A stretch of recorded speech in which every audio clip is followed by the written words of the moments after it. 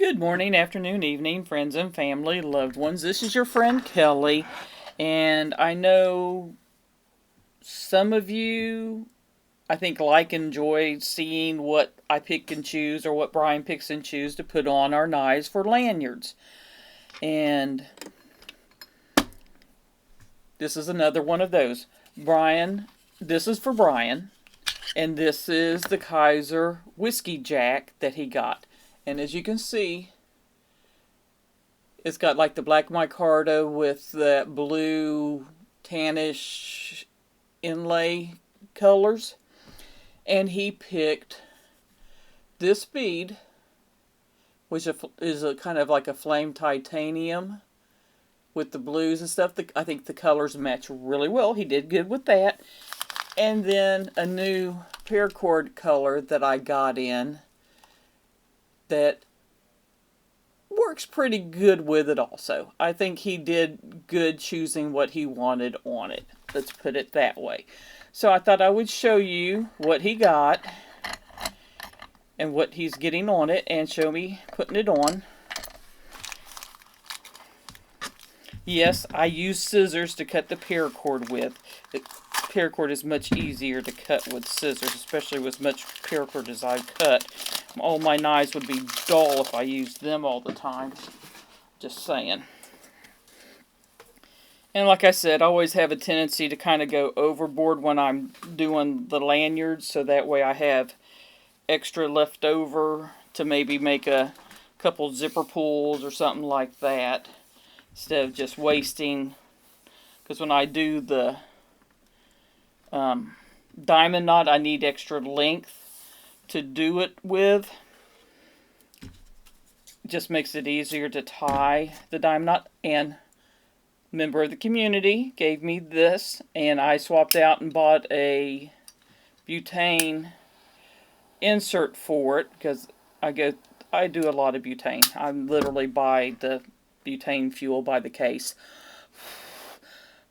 Hopefully I can find what I did with the other case, because my bottles that cans that I have are getting low.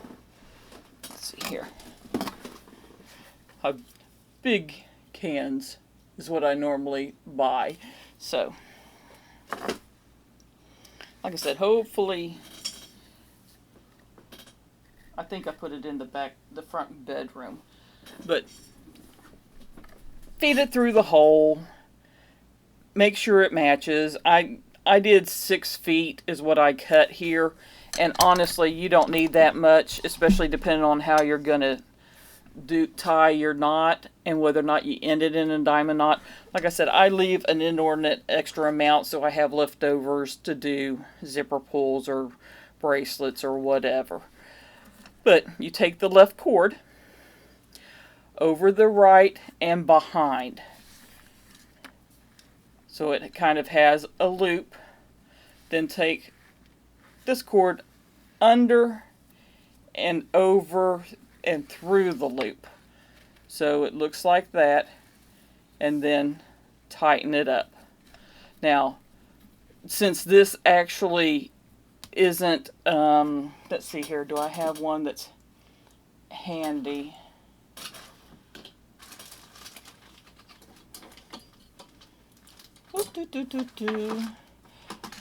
Since this has its own little bar that just slides up and down, unlike another one that with this where I'd like it to be able to move like this if you're doing it. This, I leave it loose enough to where it would go up above or down below this, depending on how I want to grasp it. So it'll maneuver. So there's usually a little bit more of a gap. This, since this is strictly the bar, I can snug that up pretty tight. So, because it's just going to slide up and down and shift like that. It doesn't need the extra gap in there to do that. So, do it how you're comfortable and how you like it, is all I'm saying. And of course, left side over the right and behind. Then pull the right cord under, over, and through the loop. And just pull it and snug it up tight. And it's better, the tighter the knot you make, the better it is. It won't work loose. Also, depending on your paracord, how smooth it is. This one is actually kind of really textured because of the pattern that it is. Hopefully you guys can actually see that really well. You can probably see that the different cords gives it a very weaved, strong deal. Let me pull one. This is another one that I did a wrap on. And see if you can see the difference between those two. This is a lot smoother, where this is got, it's, trust me, it's just major difference.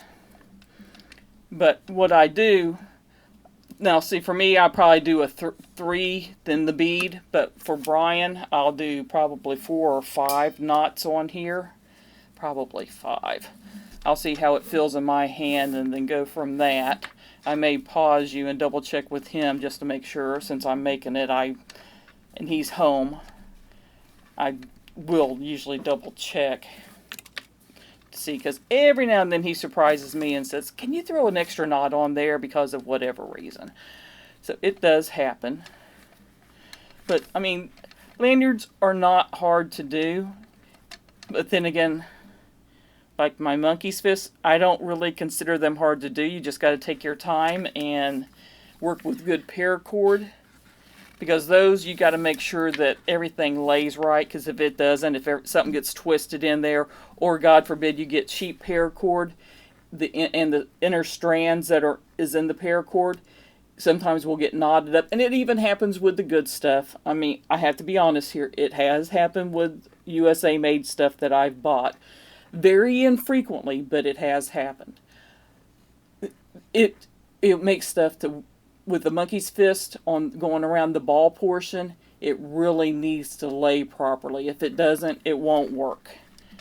But now see here, I'm going to undo this so you can see. Now this for me, I would have, like I said, I would have been fine with 2 or 3. I'm thinking this is going to be good for Brian. And then I'll put the bead and do the end knot. So I'm going to pause you. Hopefully I don't cancel it and have to redo this. And I will be right back. Alrighty. He is good with where I did it at, which I figured he would be. But like I said, it doesn't hurt to double check. And let me get this back up. And now sometimes, depending on the size of the bead, you can work it through both of them. A lot of times doing a little twist action might help feed it through. If you got a smaller hole bead where this is giving you issues of doing it, what I suggest is taking the cord, cutting it at an angle, stacking them on top of each other, lighten them up, and lightly pulling it together. Watch your fingers because it will be hot, and trying to pull it down to a point on the end where they're stuck together, and that might help get it fed through. Just one of the things that I do for some of my smaller beads that can be a pain. Now, I've done a video of this multiple times, and I highly suggest the diamond knot, checking that video out. I think it's under the paracord playlist I have. There's probably a couple of them, but there's one that I put like 4 or 5 of them, me tying 4 or 5 of these knots in a row. It'll give you more details on how to do it and hopefully show up better. I may end up redoing that video. I'll probably still leave the old one on there, but you take the right one. Now, I feed it around my thumb to make sure I'm doing it right, which sometimes even I get backwards if my brain is. Pinch this where it goes over each other and twist and flip so it's like that. Then you need to pull that bottom cord up so that way, and take that same cord that's going down, underneath the other one, over and through. Then what you want to do is kind of, you don't want to snug it, but you want to make it manageable. And it does like the infinity. So you have that, the center there. I'll take the left one, and I always just feed it around my hand. It's just easier to keep track. And under again, and where that cord is coming up on that finger, go on that other side underneath and up through the middle. And make sure, move your thumb out of the way, to make sure that cord stays where it comes over, then make sure it just stays under and it flows properly, doesn't get twisted or kinked. And now you basically do the same thing with the right cord. You go over and past this cord, the second cord, and go up and through the middle. And like I said, make sure that it stays feeding and make sure it doesn't get twisted or bound around weird. Then just kind of gently pull it and tighten it up. Now, of course, I'm going to sit there and feed this through and tighten it as I go around. But basically, that's your knot. You just want to pull it up to where you want. I usually do it up snug against the bead. And just follow it through, tighten it. You may have to go around it 2, 3, 4, 5 times, depending. But basically,